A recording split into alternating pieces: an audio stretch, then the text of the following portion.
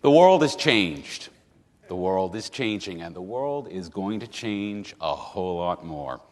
Now, we lucky few, we band of coders, we bear witness to the most comprehensive transformation in human language since the advent of language. And we are embedded in this transition. We make it happen with every script we write, and every page we publish, and every blog we post, and every video we upload. And for that reason, because we're inside of it, it's very hard to see the forest for the trees. It all looks very crazy and very chaotic. Now, in the midst of the 20th century, an American ethicist, H. Richard Niebuhr, wrote that the first question of ethics is not what is to be done, but rather, what's going on? So, this Arvo, before we retire to the Shub and for drinks and pleasant conversation, I'm going to take you on a tour of this very peculiar present, because something is happening and it is so unexpected, most of us don't even know it's going on.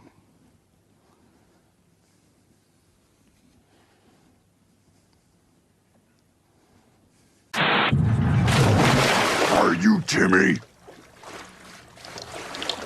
Damn it! I'll find him.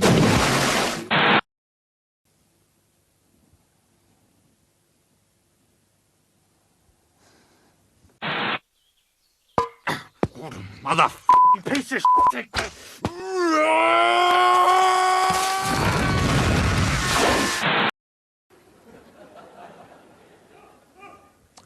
In the Jurassic era of the internet, before the web was more than a couple of hundred pages and mostly kept on servers in Geneva, John Gilmore, who founded Sun Microsystems, co-founded it, before going on to co-found Cygnus Support and the EFF, recognized an inherent quality of networks.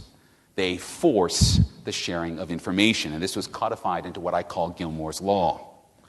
The net regards censorship as a failure and routes around it. Now, at the time that Gilmore said this, he was talking politics, and Gilmore, you probably know, is a very political animal. He has a very long-running dispute with U.S. Homeland Security about his right to travel on airplanes throughout America without having to show ID, and that's going through the court system. And for many years, Gilmore's Law was thought of as a political maxim, that political censorship of the net was essentially impossible. And of course, we all know that the Chinese have tried it with the Great Firewall of China. But just 2 months ago, Wang Goqing, the Vice Minister for Information in China, was quoted as saying that it has been repeatedly proved that information blocking is like walking into a dead end. Now, just about the time that the Chinese were giving up, Senator Koonin was introducing the government's latest attempt to appease its own conservative base by locking down the Australian internet because, won't somebody please think of the children? As it turns out, that's just what the children were doing, because it took a 16-year-old Australian boy 30 minutes to crack through the filter, and after it got upgraded, 40 minutes to crack through that. Now, in the same week that that happened, a 15-year-old in the United States somehow got his copy on Harry Potter and the Deathly Hallows, took a digital camera and photographed every single page of the text, bound it up as a PDF, and uploaded it to the Pirate Bay. It was available globally 4 days before its simultaneous international release. What do I think about this? What I think is that Gilmore was not thinking broadly enough. He assumed that censorship necessarily has a political dimension. It doesn't. Censorship can be driven by a whole wide range of motives. Some of them are political, some of them are moral, some of them are cultural, and some of them are economic. And in the end, it doesn't matter. All censorship inevitably encounters Gilmore's Law, and it loses. The net finds a way around it. Now, even though this session started at 4:20, before we get all hippy-dippy and attribute agency to something that we know is just wires and routing boxing, we need to clarify what we mean when we use the word net. The wiring is not the network. The routers are not the network. The people are the network. We had social networks 10 million years before the telephone exchange. All right? We carry those networks around in our heads. They're part of the standard kit of our cortical biology. Now, we've been blessed with the biggest badass networking gear of all of the hominids, but all of us share the same capacity. The social sharing of information has played an enormous part, probably the pivotal part, in the success of the human species. We are born to plug into the network of other human beings and share information. It's what we do. But just now, and because of that, we're facing increasing collisions between Gilmore's law and the old-fashioned and time-tested ways of working in the world. We have long known that there are no secrets in a small town. But now, that same law of interpersonal relationships is being applied to governments, to institutions, and to businesses of every shape and description. Consider the following examples. Encyclopedia Britannica hides behind a walled garden and is subsequently obsolesced by Wikipedia. Television shows and movies end up on BitTorrent before they're released. The torrent for Halo 3 was posted last week, and the video game was released on Tuesday. This is my particular favorite. A tight group of bloggers and reporters just brought down the U.S. Attorney General, who was attempting to stonewall an investigation into the politically motivated firings of U.S. attorneys. And then, oh yeah, that's right, there's that whole open source movement, which is like a cat playing with its food, ever so slowly and ever so carefully eating Microsoft. Now, what's happening here? What is it about the network that makes it so potent? Because it is very potent. Well, it's simply this. The network, in every form, is anathema to hierarchy. The network represents the other form of organization. It's not a contradiction of hierarchy, it's a counterpoint to it. And for that reason, I've rewritten Gilmore's law to reflect this. The net interprets hierarchy as damage and routes around it. Now, for the 5,500 years of human civilization, hierarchy has always had the upper hand. But now the network, which has been amplified by all that wiring and all of those routers, is stronger than hierarchy, and the battle has been joined. But this isn't Armageddon. This isn't a battle between the Empire and the Rebel Alliance. This is the death of 1,000 cuts. The network is simply kicking the legs out from under hierarchies everywhere they exist for as long as they exist until they find themselves unable to rise again. What it really comes down to is this: we are assuming management of our own affairs because we are now empowered to do so. It doesn't matter whether you're a maize farmer in Kenya or a video producer in Queensland. The same mob rules apply to us mob.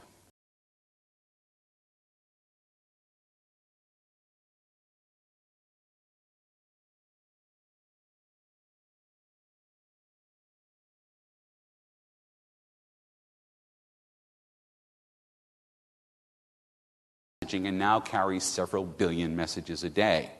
Just add mobiles and you get a mob. But you can't lure a mob, you can't push a mob any more than you can push a rope. You can pull them, you can lure them, and if you're lucky, you can dazzle them for a moment or two, but inevitably they're going to move along. And that's bad news for anyone who's building web sites. The world of mob rules isn't about web sites. It's about services. It's about things that the street uses and permutes indefinitely. The idea of web sites comes from a time before the network ate hierarchy. Sites are places where you go and follow the rules laid down by an information architect. Well, there's no way to enforce those rules. Think about this. The first Google Maps mashup didn't come from Google, or the second, or the third, or the 100th. In fact, Google resisted the mashups. They claimed they violated their terms of use. Mashups come from the mob. It's the street finding its own use for things. And the interesting thing in this case is that the mob pushed on through. Google bowed down and obeyed. That is the single most important company of the internet era, basically being kicked around by the mob as if it were a child's toy. Ponder that. And rule 5, make networks happen. I need to leave you with one really sort of concrete example of how this is all going to work. And for this example, I've selected the last bastion of authority and hierarchy. After everything else is sort of dissolved into the gray goo of the network, one thing is going to remain, and it's not government, that's half gone already. It's medicine. Medicine is very nearly the oldest of professions, and it's been a closely held monopoly for 500 years. It's closer to a guild than anything that resembles a modern profession. And why is that? It's because medicine is guarded by the twin bulwarks of complexity and mortality. Medicine is a rich and deep body of knowledge, and if you screw it up, you'll kill yourself or someone else. And relax. Relax.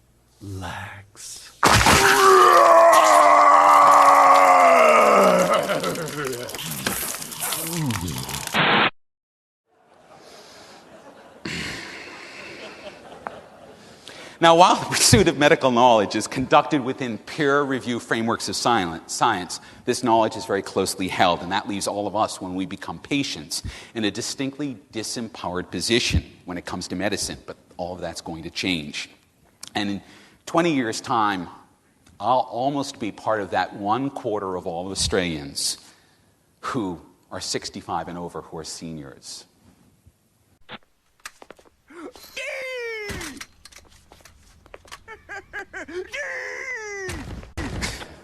Now, there's no medical authority that's big enough to deal with such a massive gerontology.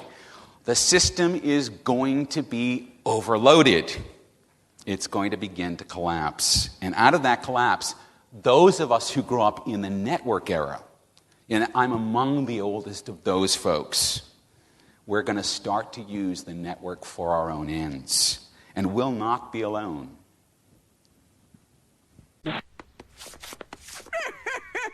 Go! There's going to be tens of millions of us, first in the West and then around the world. And we're going to be facing the same problems, and we're going to be looking for the same answers. And we're going to set to work. We're going to create a common base of collective intelligence. Think something kind of like Wikipedia, but with a depth of medical knowledge that Wikipedia can't and won't and doesn't even want to touch. And that's going to be paired with strong social networking tools that embed us deep within a network of experts. And most of those experts aren't going to be board qualified, but that doesn't mean they're not experts. And what I'll probably expect is that my GP is a member of that network. In fact, I probably won't have a GP or won't select a GP unless they are part of that network. And my specialists are also part of that network. And they're peers in that network who share their expertise. They're not experts who are pronouncing solutions. And this network will never leave me. It's going to be there probably watching every move I make and every breath I take and every calorie that goes into my mouth and every heartbeat. And that sounds very Orwellian, but I will want this because I will see it as a profoundly empowering form of surveillance. In other words, my wellness becomes a quality of the network. That's not a website. That's not WebMD or Healthian or a cancer support bulletin board. It's not like anything we've seen yet. It's a self-organizing quality of the mob. A mob who are painfully aware of their own accelerating senescence, and they're fully empowered to do something about it. And that represents an enormous opportunity for you. So in just the last paragraph, I've dropped about a half a dozen strong business ideas onto you, but they're so different from anything that we do now. It's going to take some time to work it all out. But the mob is not going to wait forever. Remember, they're smarter, and they're faster, and they're stronger than you. So, what you need to do is try to get in front of it. You need to try to get picked up by it, because the only alternative is to be run over. And that choice is yours. If I've learned anything from the study of mob rules, it's that the future lies in making networks happen. If you can do that, then there's a place for you in us mob.